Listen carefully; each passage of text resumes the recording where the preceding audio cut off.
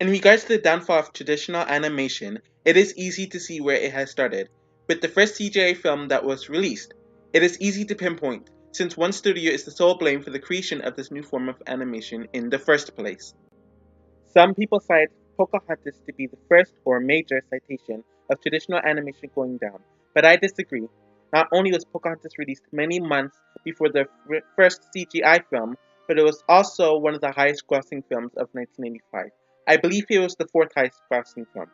It's the main reason for the downfall of the Renaissance, but it's not the same thing for traditional animation. Toy Story was not only the first Pixar film, but it was the first film to consist of only CGI animation. It was released in November of 1995 and it blew people away, and is a similar place in history as Snow White and the Seven Dwarfs for its innovation. While Pocahontas received mixed reception in the summer, Toy Story completely blew the lid off, becoming the highest grossing film of 1995 and receiving universal critical and audience acclaim. Steve Jobs claimed that they were expecting the film to make $100 to $200 million, which Disney and Pixar would have been fine with, so they are shocked when the film made almost double that amount. Toy Story was nominated for countless awards. Pocahontas did win most of the awards regarding the music, while this film won a bunch of awards, and a lot of them included technology and Best Animated Feature. In 1996, it won all of the Annie Awards it was nominated for. The second CGI animated film was Ants, which was released in October of 1998, which was 3 years later, and it didn't make nowhere as much money as Toy Story did. But what took place in between these 3 years of these movies? There are a lot of animated live action hybrids in 1986, so there's really only a few animated films. Hunchback roughly made around the same amount as Pocahontas and Toy Story. Because Toy Story was categorized under 1996 for many awards, Hunchback got snubbed by some of the larger awards in favor for Toy Story. It was still the highest grossing animated film and the fifth highest grossing film of 1996 overall. Animation did not do too well in 1997. None of the films were in the 10 highest grossing films list of the year. Out of the animated films, Hercules was the highest grossing animated film and was nominated for a lot of awards. I believe it was the 11th highest grossing film of the year. Overall, traditional animation was doing fine enough. 1998 not only saw the return of CGI, but the animation was being utilized by other studios as well. Overall, the four major films that were released received critical acclaim, but only two of them were in the 10 highest grossing films of that year, Mulan and A Bug's Life. A Bug's Life was overall the highest grossing animated film of 1998. So regarding the awards, it seems like a lot of them are split amongst the group. Around this point, you can at least say that there was enough room for both mediums to coexist. 1999 was overall another good year for animation, but once again, the most successful films came out of Pixar and Walt Disney Animation Studios, and these films were Toy Story 2 and Tarzan. The two films were the only ones to be in the top 10 films of that year, though despite the success of both, Toy Story 2 beat out Tarzan critically, financially, and in accolades as well.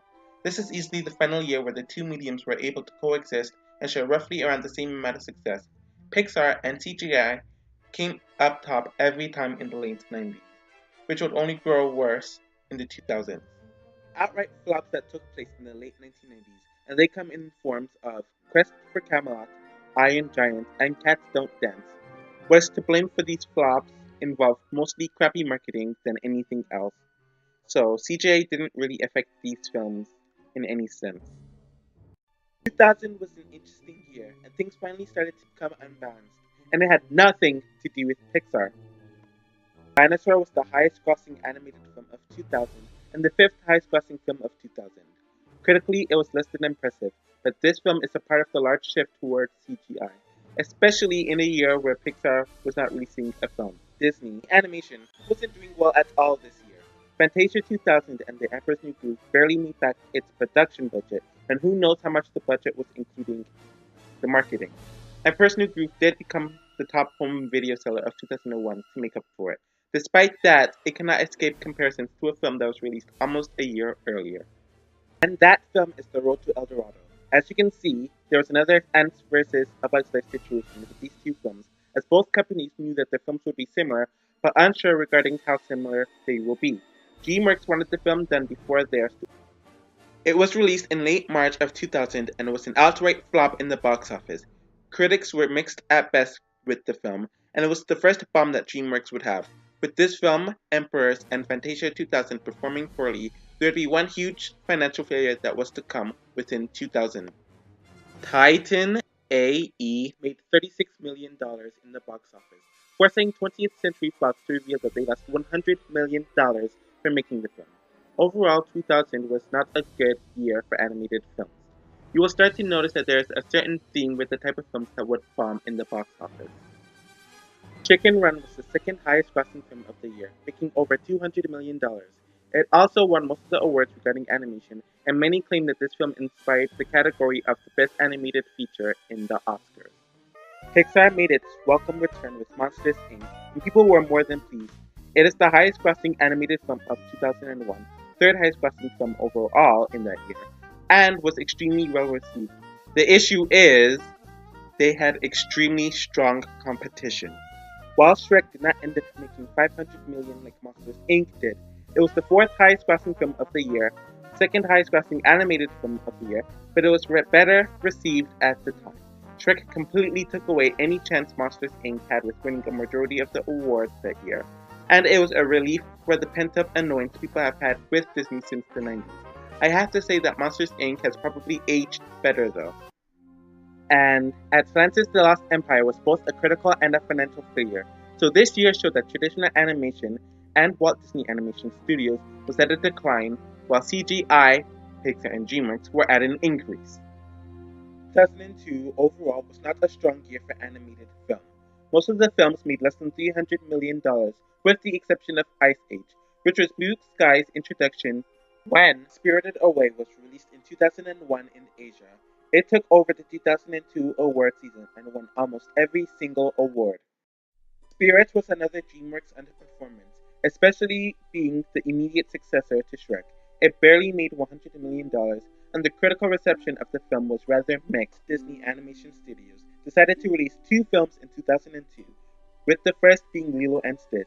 It did perform better than most of its immediate predecessors, with over $270 million in the box office, and received wide critical acclaim, but it was overshadowed by Ice Age and Spirited Away. The celebration for this film was extremely short-lived.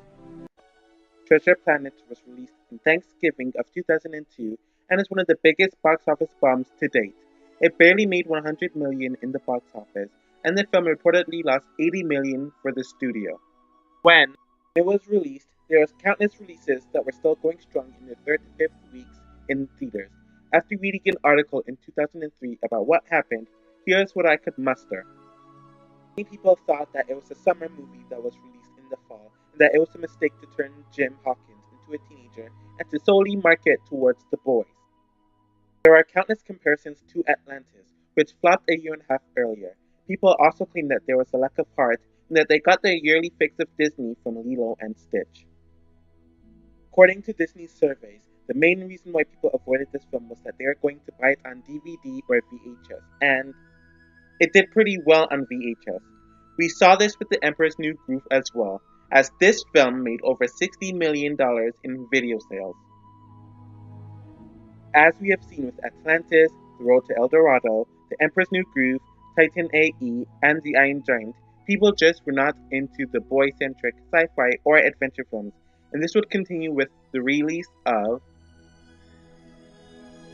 Sinbad, Legend of the Seven Seas, which was released in the summer of 2003.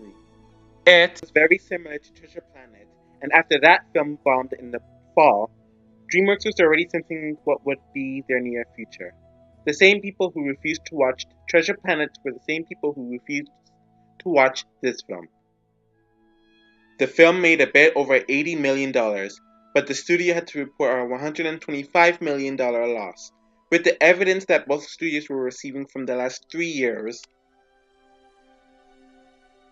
both DreamWorks and Disney made countless layoffs in 2003, both publicly announcing that they were closing their traditional animation studios and that they would solely be focusing on CGI.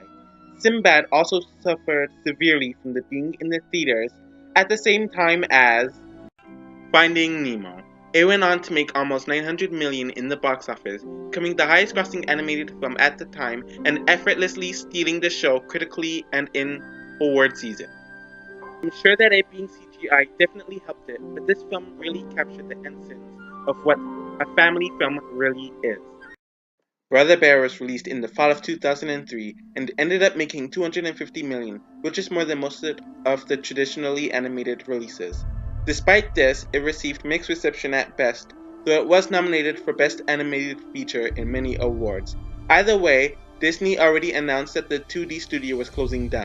Home on the Range was released in April of 2004, and everyone already knew that this would be the last traditionally animated film, as everyone else already abandoned it earlier, and Disney made the news about it over a year ago. It was another flop, as it barely made over $100 million and did not make up its budget. People hated this film and often see it as the worst Disney film. Shrek 2 gave DreamWorks life again, as it made over $900 million in the summer and was universally acclaimed. The company has never looked back from CGI, and things finally started to look up for the company. Shark Tale was DreamWorks' second release in 2004, and it made almost $400 million in the box office. Despite that, it is currently DreamWorks' biggest critical failure, but it was still nominated over Home on the Range for Best Animated Feature, which was yet another final nail to the coffin regarding traditional animation. The Incredibles is released in late 2004 and made more than $600 million in the box office. It was yet another Pixar victory in the award season, and was the sixth consecutive film to receive universal acclaim. The full transition of CGI taking over animated films was complete in 2004. Pixar was the leaders and everyone tried to follow and catch up, including Disney Animation Studios. Traditional animation was almost completely removed, and stop motion did not garner much attention. That was until the late 2000s. There was major restructuring happening in the mid-2000s and resulted in the production of The Princess and the Frog. People were more than excited to have traditional animation back, and to have a fairy tale told to them in theaters again, which hasn't happened in a few decades. When it was released in December of 2009, it received wide critical acclaim, and did make more than most of the traditionally animated films in the 2000s. Despite this, Disney was expecting it to be a bigger hit, as it only made $267 million in the box office. It did not flop, but people were wondering why it underperformed. The main reason seemed to involve marketing, as the trailers emphasized it returning to the classic Disney tales, and the title having princess in it did not help. Since this film's release, all of the titles of their films have been shortened and more gender neutral. There was also the factor that Walt Disney Animation Studios has lost a lot of people's trust, and to bring back traditional animation with only one film was probably not the smartest idea. It was claimed that there would be a traditional animated film released every 2 years, which they did for 2011 with Winnie the Pooh. Winnie the Pooh was the last traditionally animated film that was made in America to be released, as it made $33 million with a $30 million budget. Bob Iger has stated in 2015 that they have no plans to make a traditionally animated film, and nothing has come to surface by any studio since then. I'm well aware that there are many European and Asian studios that release traditionally animated films, but not a lot of them receive much coverage in North America or one of the major companies. Traditional animation may become a strong force in theatrical animation again, but it's going to be in the very distant future.